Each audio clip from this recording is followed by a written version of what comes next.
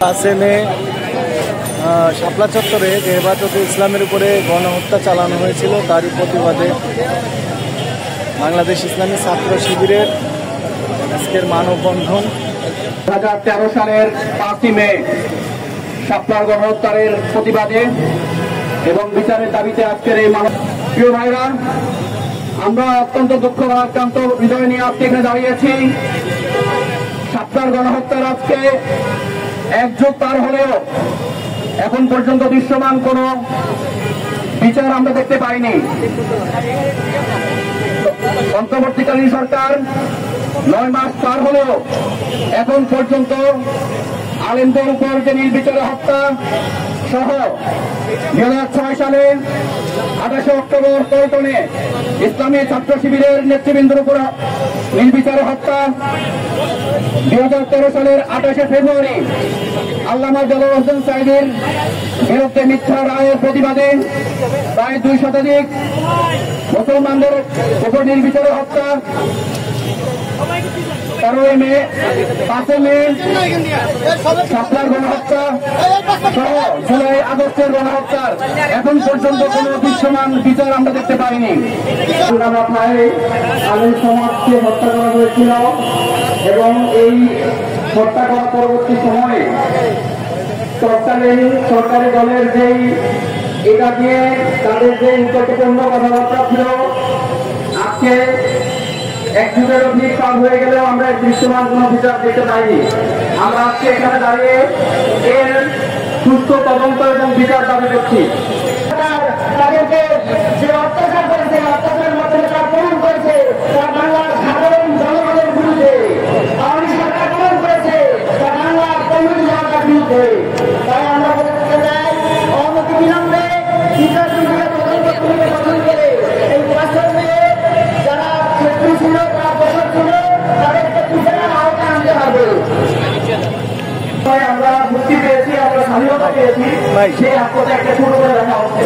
এখন পর্যন্ত 5 মে যে গণহত্যা শুরু হয়েছে, গণহত্যাকে নিয়ে কোনো ধরনের বিচারের উদ্যোগ গ্রহণ করা হয়নি এবং সেই গণহত্যাকে আনুষ্ঠানিকভাবে কোনো স্বীকৃতি দেওয়া হয়নি।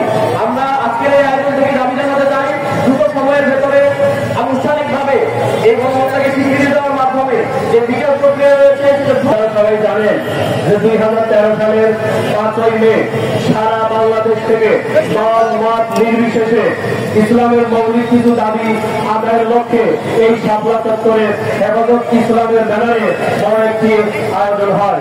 কিন্তু এই নির্লজ্জ সরকার ইসলামকে সবচেয়ে বেশি থ্রেট মনে করে তারা ইসলামকে নির্মূল করার উদ্দেশ্যে সেদিন সৈয়দ আশরাফের নেতৃত্বে তার হুকুমে সরাসরি গণহত্যা চালায়।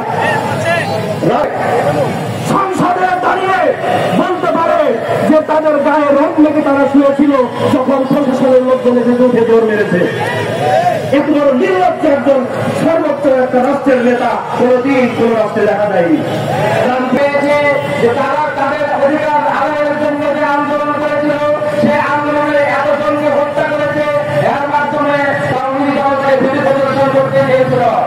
আমরা দেখেছি অসংখ্য সময়ে গণহত্যা চালিয়েছে ইসলাম আওয়ামী সরকার। তারা স্থায়িত্ব নিয়ে আসার জন্য যখন যেটা তার প্রয়োজন হয়েছে, দিনে হোক রাতে হোক ঘুম করে হোক, তারা সবটা করে দেখিয়ে দিয়েছিলেন। আমরা চাই জুলাই অভ্যুত্থানের মাধ্যমে যে জুলাই বিপ্লব সংগঠিত হয়ে পৃথিবীর ইতিহাসে একটা ঐতিহাসিক স্মরণীয় ঘটনা হয়ে আছে। আমরা চাই এই ইন্ডিয়ান সরকারকে আহ্বান জানাতে চাই, এমন ধরনের বিচার কার্যক্রম দেখা দিবেন যাতে কোনদিন আর ফ্যাসিবাদ সরকার এই দেশে প্রতিষ্ঠিত হতে না পারে। সাল্লাল্লাহু আলাইহি ওয়াসাল্লাম বলেছিলেন, তোমাদের সামনে যদি কোন অন্যায় কাজ হয়ে থাকে এরকম তোমরা দেখলে তোমরা অবশ্যই তা হাত দিয়ে প্রতিহত করবে এবং তোমরা তা করার সক্ষমতা না রাখো তাহলে অবশ্যই তোমরা তা মুখ দিয়ে প্রতিহত করবে। তাও যদি না পারো তাহলে অবশ্যই তোমরা মন থেকে সে অন্যায় কাজকে, জুলুম কাজকে তোমরা প্রতিহত করবে, ঘৃণা করবে। সেটাও যদি করতে না পারো তাহলে মনে রেখো তোমাদের মনের মধ্যে, তোমাদের মধ্যে ইমানের পিতাপোটাও নাই। সংগ্রামী উপস্থিতি, বাংলাদেশের এই ভূখণ্ডে সকল জায়গায় ইসলামকে প্রতিরোধ করার জন্য অবৈধ ভাবে ভূমিকা পালন করছে ইসলামী ছাত্র শিবির নামক এই সঙ্গী কাফেলা। তারা অংশ হিসেবে তার ছাত্র হচ্ছে ঐতিহাসিক হেফাজত ইসলামের আন্দোলনে ইসলামী ছাত্র শিবিরের সমস্ত সংশোধন ছিল এবং তাদের চ্যালেঞ্জ রচনা ছিল।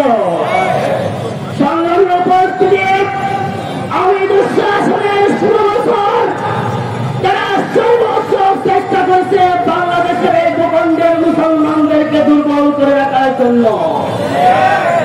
এবং তার চিহ্ন প্রতীক হয়ে আছে এই টাকার এই বুকের শাপলার গণহত্যা। শাপলার গণহত্যা বাংলাদেশের ইতিহাসে অক্ষয় অক্ষয়